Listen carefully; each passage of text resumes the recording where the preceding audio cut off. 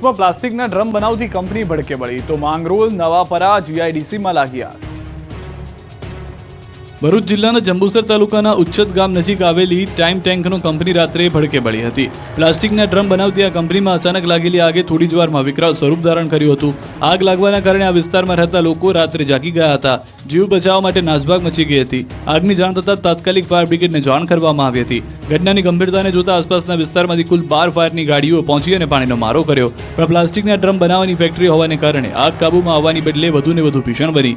કાબૂ મેળવવામાં ફાયર ફાઇટર્સને ભારે મુશ્કેલીનો સામનો કરવો પડ્યો। વહેલી સવાર સુધી પાણીનો મારો કરીને આગને કાબૂમાં કરી હતી। ઘટનાની જાણ થતાં જ પોલીસ તંત્ર, મામલતદાર અને રેવન્યુ સ્ટાફ સહિતના અધિકારીઓ પણ તાત્કાલિક ઘટના સ્થળે પહોંચી ગયા હતા। આ ભીષણ અકસ્માતમાં કોઈ જાનહાની થઈ નથી, જો કે આગની જ્વાળાઓ અને ધુમાડાના ગોટેગોટા દૂર સુધી દેખાતા હોવાથી વિસ્તારમાં અફરાતફરીનો માહોલ સર્જાયો હતો। આ તરફ સુરત જિલ્લાના માંગરોળમાં આવેલી નવાપરા જીઆઈડીસીમાં મોડી રાત્રે ભીષણ આગ લાગી હતી। બિસ્કિટ અને વેફર્સના પેકિંગ મટીરીયલ બનાવતી સિસ્કો નામની કંપનીમાં અચાનક આગ ભભૂકી ઉઠતા નાસભાગ મચી ગઈ હતી। આગે જોતજોતામાં વિકરાળ સ્વરૂપ ધારણ કર્યું હતું અને કંપનીમાં રહેલા કેમિકલ ભરેલા ડ્રમમાં બ્લાસ્ટ થતાં પરિસ્થિતિ વધુ ગંભીર બની હતી। આગની જાણ થતાં જ સુમિલોન, કામરેજ, માંડવી, બારડોલી અને સુરત મહાનગરપાલિકાની ફાયર બ્રિગેડની ટીમો તાત્કાલિક ઘટના સ્થળે પહોંચી ગઈ હતી। કંપનીમાં પતરાનો શેડ હોવાને કારણે આગ પર કાબુ મેળવવામાં ફાયર ફાઇટર્સને ભારે મુશ્કેલીનો સામનો કરવો પડ્યો હતો। લગભગ 6 કલાક સુધી સતત પાણીનો મારો ચલાવ્યા બાદ આગ પર આંશિક નિયંત્રણ મેળવવામાં સફળતા મળી હતી।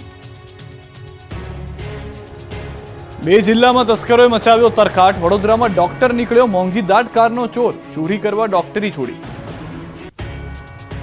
સુરતના મહુવાના વાંસકુઈ ગામે તસ્કરોનો તરખાટ જુઓ।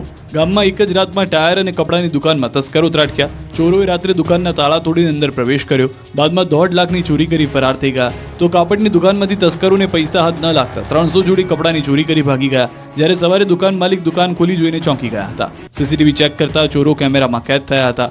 આ તરફ વડોદરામાં માત્ર કારની ચોરી કરતી ગેંગ પોલીસને હાથે લાગી ગઈ। પોલીસે ડોક્ટર સહિત 3 ચોરની ધરપકડ કરી। સાથે જ 2 કાર, મોબાઈલ, રોકડ મુદ્દામાલ જપ્ત કર્યો, જેમાંથી એક આરોપી ડોક્ટર, એમ્બ્યુલન્સ ડ્રાઈવર છે।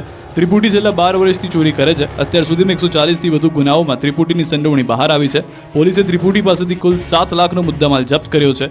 એક આરોપી બાવળા ખાતે શ્રીજી ક્લિનિક નામે દવાખાનું ચલાવતો હતો। ચોરીની કુટેવને કારણે દવાખાનું બંધ કરવું પડ્યું હતું। અંકલેશ્વર અને મોરબીમાં ફરી ચાલ્યું દાદાનું બુલડોઝર। અંકલેશ્વરમાં ફરી એકવાર તંત્ર દ્વારા દબાણ હટાવ ઝુંબેશ શરૂ કરવામાં આવી। અંકલેશ્વર નોટિફાઈડ એરિયા ઓથોરિટી દ્વારા દબાણ હટાવવામાં આવ્યા।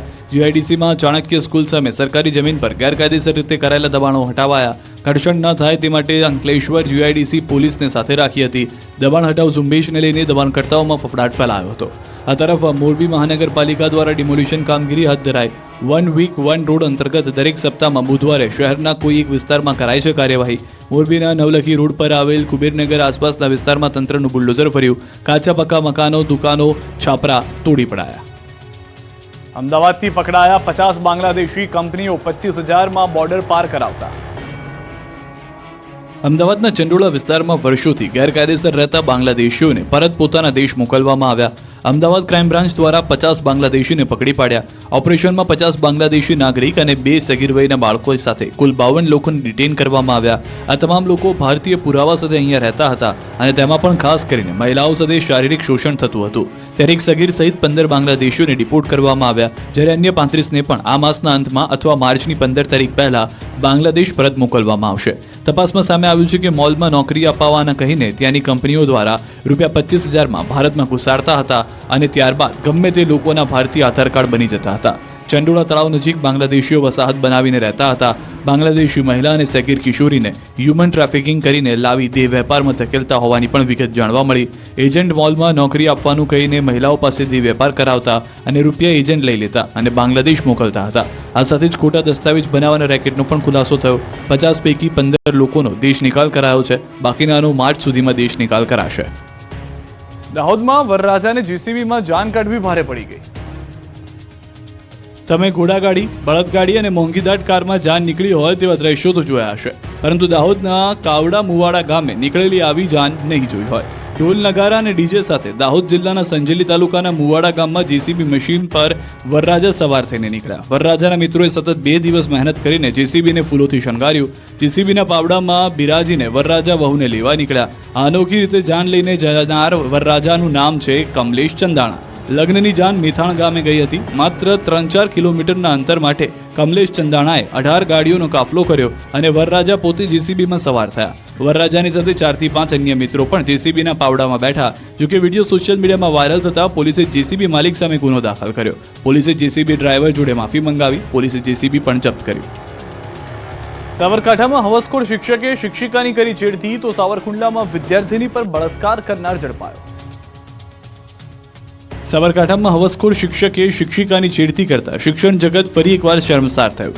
સાબરકાંઠાના પ્રાંતિજની એક શાળામાં શિક્ષિકાએ શાળાના આચાર્ય પર જાતીય સતામણીનો આરોપ લગાવતા ખળભળાટ મચી ગયો.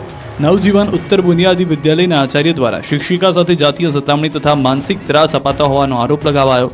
આ વાતની જાણ ગ્રામજનોને થતા ગ્રામજનો દ્વારા આચાર્યની બદલીને લઈને હોબાળો કર્યો. સાથે જ આચાર્યની બદલી નહીં થાય તો શાળાની તાળાબંધી કરવાની ચીમકી પણ ઉચ્ચારી. આ સમગ્ર મામલાને લઈને શિક્ષણ અધિકારીએ તપાસના આદેશ આપ્યા. છેલ્લા 3 વર્ષથી આચાર્ય શિક્ષિકાને હેરાન કરતો હોવાનો આરોપ લગાવ્યો. જોકે આ સમગ્ર મામલે અગાઉ શિક્ષિકા દ્વારા લેખિતમાં અનેક રજૂઆત